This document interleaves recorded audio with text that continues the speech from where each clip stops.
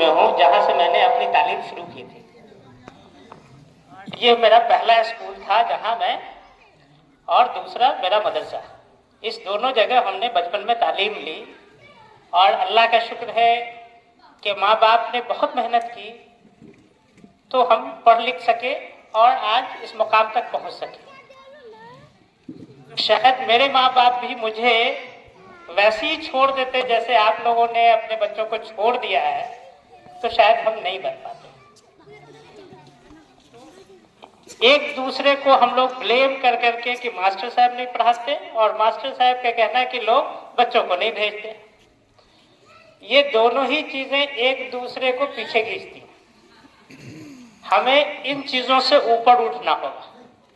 अगर आप अपने बच्चों को साथ लेकर के स्कूल छोड़ने आएंगे और स्कूल से साथ लेके जाएंगे, तो आपके बिना बोले मास्टर साहब को समझ में आएगा कि मुझे कोई वॉच कर रहा है, कोई देख रहा है, गार्जियन अलर्ट है।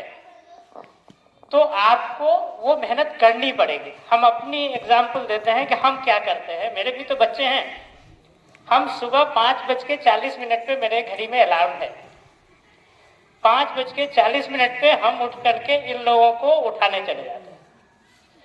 बेटा और बेटी दोनों में रोज झगड़ा होता है कि अब्बू मुझे बाद में क्यों उठाया, मुझे बाद में क्यों उठाया। हर रोज रात को सोते वक्त बोल के सोता है कि अब्बू आज मुझे पहले उठाइएगा। तो हर रोज सुबह उठा करके इन लोगों को तैयार करने भेज देते हैं। मेरी वाइफ जो है इन लोगों के लिए टिफिन बनाने के लिए, नाश्ता बनाने के लिए तैयार हो जाती है। 7 बजे मेरा ड्राइवर आ जाता है, 6:45 तक। 7 बजे ये लोग स्कूल चले जाते हैं। 7:30 से इनका क्लास होता है। 7:40 से क्लास है, 7 बजे से उनका एंथम होता है, 7:30 से।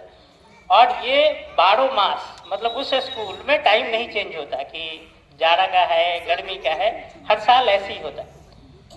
तो अगर हम अपनी जिंदगी में उस शेड्यूल से अपने बच्चों को अगर आप टाइम नहीं दे रहे हैं, आप अपने बच्चों के साथ अगर बेईमानी कर रहे हैं, तो आपको क्या उम्मीद है कि दूसरा ईमानदारी बरतेगा? वो टीचर, वो स्कूल। हमें ये बात हमेशा ध्यान रखना होगा कि हमें अपने बच्चों के साथ जितनी ईमानदारी से उनका हक है उनको दे दें। जहां तक पढ़ाई का सवाल है, आपको एक बात बताएं कि दुनिया में कामयाबी के सिर्फ 3 रास्ते हैं। 3 रास्ते मतलब उन तीनों चीजों से लोग कामयाब होते हैं, और उसकी पहली शर्त होती है मेहनत। अगर आप मेहनत नहीं करेंगे तो दुनिया में आप जो कुछ भी कर लें, आप जिंदगी में कामयाब नहीं होंगे। और इस मेहनत से, चाहे आप खेत में मेहनत करते हो, स्कूल में मेहनत करते हो, हॉस्पिटल में मेहनत करते हो, इससे आप 30% अपनी कामयाबी पूरी कर लेते हैं, जिससे आपका पेट चल जाएगा, रोजगार चल जाएगा।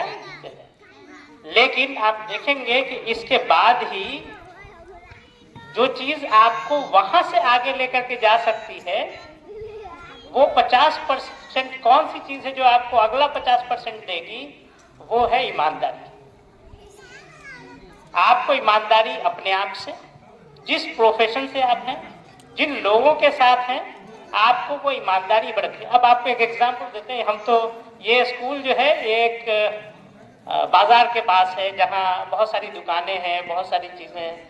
आप बताइए कि कोई भी ऐसा दुकानदार होगा जो ईमानदारी से आपको आपकी चीज नहीं दे रहा है, तो आप उसके यहाँ कितनी बार खरीदने जाते हैं? आपको लगता है कि ये खराब माल दे रहा है, कम दे रहा है, तो क्या आप उसके यहाँ जाते हैं? लेकिन अगर आपको ये यकीन है कि ये सब कुछ पूरा देता है, जो बोलता है वही चीज देता है, तो अब उसके ग्राहक बढ़ने शुरू हो जाते हैं। तो ईमानदारी एक ऐसी चीज है जो आपको उस 30% से 80% पे पहुंचा देगी। और उसके बाद तीसरी चीज होती है स्किल, हुनर। आप देखेंगे कि बहुत सारे लोग जो हुनरमंद नहीं हैं, उनके अंदर बहुत क्वालिटी नहीं है, लेकिन मेहनत कर रहे हैं और ईमानदार हैं लोगों के साथ, वो बहुत आगे बढ़ गए। बहुत सारे लोग बहुत हुनरमंद हैं, आलसी हैं, उनके पास काम आ रहा है, आजकल टाल रहे हैं, वो लोग धीरे धीरे खत्म हो जाते हैं। वो हुनर आपका उस वक्त काम नहीं आएगा। तो हुनर आखिरी का वो मौका है। हम लोग क्या मेडिकल साइंस में हम लोग कहते हैं ABCD, A फॉर अवेबिलिटी। अगर पेशेंट अभी बीमार हुआ है तो वो अभी डॉक्टर को ढूंढता है और हम नहीं हैं तो मेरा इंतजार करेगा क्या? क्यों? उसको जहां मिलेगा वहां जाएगा। तो आपकी अवेलेबिलिटी होनी चाहिए। आप अगर अवेलेबल नहीं होंगे तो जिसको मैंने पहले बोला कि मेहनत, मतलब हम रहेंगे, मेहनत करेंगे तभी तो लोग आएंगे। दूसरी चीज होती है बिहेवियर। हम आपसे अच्छे से बात ना करें, आपको अच्छे से ही नहीं करें, आपको गलत लैंग्वेज में बोले, तो आप जितने देर मजबूर हो उतने देर तो आ जाइएगा, लेकिन उसके बाद आप मेरे पास क्यों आइएगा? हमसे रिलेशन क्यों बनाना चाहिए? कोई भी अच्छा आदमी किसी खराब आदमी से तो रिलेशन नहीं बनाना चाहेगा। तो उस बिहेवियर का होना बहुत जरूरी है। और तीसरी चीज होती है कॉम्पिटेंस, जो मैंने बोला कि हुनर, जो अगर हमारे दवा से आपको फायदा हो रहा होगा, हम डायग्नोसिस कर पाएंगे तो फिर वो उसमें ऐड होगा। लेकिन आप देखेंगे कि आपके गांव में ही बहुत सारे क्विक्स हैं, चूंकि आपको जब मजबूरी होती है आप फोन करते हैं, वो अवेलेबल हो जाता है, वो आपको रात को सर्विस दे देता है, भले उसके पास डिग्री नहीं है, तो चीजें नहीं है, तो भी आप उसकी मदद लेते हैं ना, क्योंकि वो अवेलेबल है। वो 30% में आप उससे छीन नहीं सकते, वो 30% तो वो लेके रहेगा क्योंकि वो मेहनत करता है। उसके बाद आप देखेंगे कि वो और कामयाब क्यों है, वो सबों से मीठी मीठी बोली बोलता है ना। भले उसके पास वही 4 दवाई है, वही 4 दवा सबको दे दी है, लेकिन वो आपके साथ बदतमीजी नहीं करता, वो आपके साथ अच्छे से व्यवहार करता है, आपके साथ हमेशा दुख दर्द में खड़ा होता है। इसलिए आप उससे मुतमईन होते, जब भी प्रॉब्लम होता है उसके पास जाते हैं।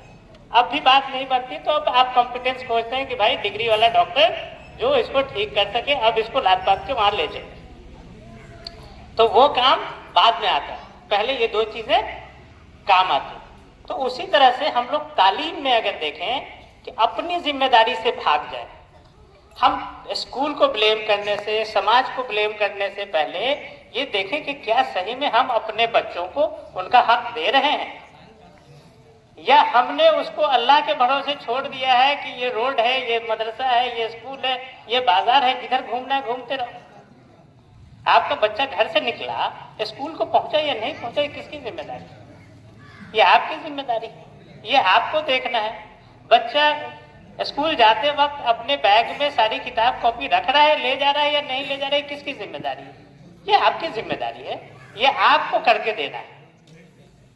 हम लोग जो समाज के लोग हैं, उनकी क्या जिम्मेदारी होती है, उसको हम लोगों को देखना है। जैसे मेरे बच्चे नहीं पढ़ते, लेकिन हम इसी समाज के हैं, तो हमें ये देखना है कि हम इसको समाज के लेवल पे कैसे अच्छा कर सकें। तो हमें पहले ये चीज, किसी भी चीज को ठीक करने से पहले, जैसे हम लोग डॉक्टरी में करते हैं कि पहले पेशेंट को सुनते हैं, उसका सिम्टम्स देखते हैं, फिर उसकी जांच करते हैं, उसका साइंस देखते हैं, फिर उसके बाद एक डायग्नोसिस पे पहुंचते हैं, तब इलाज शुरू करते हैं। अगर हम ये नहीं जाने कि इस स्कूल को परेशानी क्या क्या है, हम इसको आकर के नहीं देखें कि हमारे टीचर्स को पढ़ाने में क्या क्या परेशानी हो रही है, क्यों यहाँ से तालीम नहीं हो पा रही, उसकी वजह क्या है। ऐसा तो नहीं है कि हमने स्कूल को सब कुछ दे दिया, इसको कोई कमी हो ही नहीं सकती, इसके साथ कोई समस्या हो ही नहीं सकती। तो ये हमारी जिम्मेदारी है, समाज वाले लोगों की, स्पेशली जो पंचायती राज है, पंचायत के जो लोग हैं, उन लोगों को चाहिए कि अपने स्कूल आए, देखें कि मास्टर साहब यहाँ क्या क्या परेशानी हो रही है, आप सपोर्ट करें, आप उनको इज्जत दें, वो आपको रिटर्न में आपके बच्चों को एजुकेशन देंगे, जरूर देंगे। आप मास्टर प्यारे साहब हैं, अक्सर बेशतर जब भी मैं आता हूँ कोशिश करता हूँ कि मुलाकात हो जाए, जहाँ भी मिलते हैं सलाम करते हैं, मिलते हैं, उनके घर जाते हैं। क्यों जाते? क्योंकि मैं बचपन में जब मुजफ्फरपुर में रहता था, जब भी कोई मसला सॉल्व मैथमेटिक्स बना रहा हूँ, घर पे नहीं समझ में आया कोई, तो फिर दौड़े दौड़े इनके घर चले जाते थे, मास्टर साहब ही बता दीजिए, मास्टर साहब ही बता दीजिए। तो मास्टर साहब ने थ्रू आउट हमें मदद दी। हम आज भी उनकी इज्जत करते हैं, वो मेरे उस्ताद, और ये अल्लाह का शुक्र है कि आज वो यहाँ मौजूद भी है। मास्टर जमील साहब नानपुर के थे, उन्होंने मेरे को, नहीं नानपुर के, जूनियर दिन दसगा और मुजफ्फरपुर में मेरे को पढ़ा, लेकिन उन्होंने मेरे को पढ़ाने से ज़्यादा पढ़ना सिखा दिया। वो इंटरेस्ट पैदा कर दिया कि पढ़ो। तो जब तक मेरे वालिद साहब जिंदा थे, हम जब भी आते तो आम लीची के ज़माने में मेरे वालिद साहब आम लीची तोड़वा के रखा करते थे कि बेटा तुम अपने टीचर के यहाँ जाओगे, ये लेके जाना है। और आज भी, अभी भी मैं थोड़ा दिन पहले, उनका इंतकाल हो गया, उनकी अहलिया का भी इंतकाल हो गया, उनके बेटा जो है इग्नू में डायरेक्टर हैं, वो आए, फिर मैं जाकर के अभी थोड़े दिन अपने लोगों को जाकर के उनसे मिल करके आया। तो आप देखेंगे कि कल के दिन में जब आपके बच्चे भी पढ़ के कामयाब होंगे तो आपको कितनी खुशी होगी। आप उस टीचर की भी इज्जत करेंगे और उस इंस्टीट्यूशंस की भी इज्जत करेंगे। तो हम चाहते हैं कि हर हालत में हम लोग एक अपने आप को इकट्ठा करें और ये वादा करें कि हम हर हालत में इस स्कूल को एक अच्छा स्कूल अपने ब्लॉक में, अपने जिला में, अपने स्टेट में और फिर अपने देश में एक अच्छा स्कूल बना करके दें। ये हमारी जिम्मेदारी है। हम आपको बताएंगे, मेरे पास एक लिस्ट है, हम बालासात का स्टडी कर रहे थे कि बालासात की स्थिति क्या है। तो इसमें जो है बालासात के हर चीज का जिक्र है, हेल्थ से लेकर के, शिक्षा से लेकर के, बाकी आपकी है, पोस्ट ऑफिस है, आप टीचर है, हर चीज। तो इसमें क्या पाया, यहाँ पे दिया हुआ है बिहार का एजुकेशन लेवल जो है, लिटरेसी रेट, ये 2011 का सेंसस डाटा है। 61.8% बिहार का लिटरेसी रेट, और सीतामढ़ी का उससे घट कर 52% हो गया, और बाल गांव का घट करके 40.87% हो गया।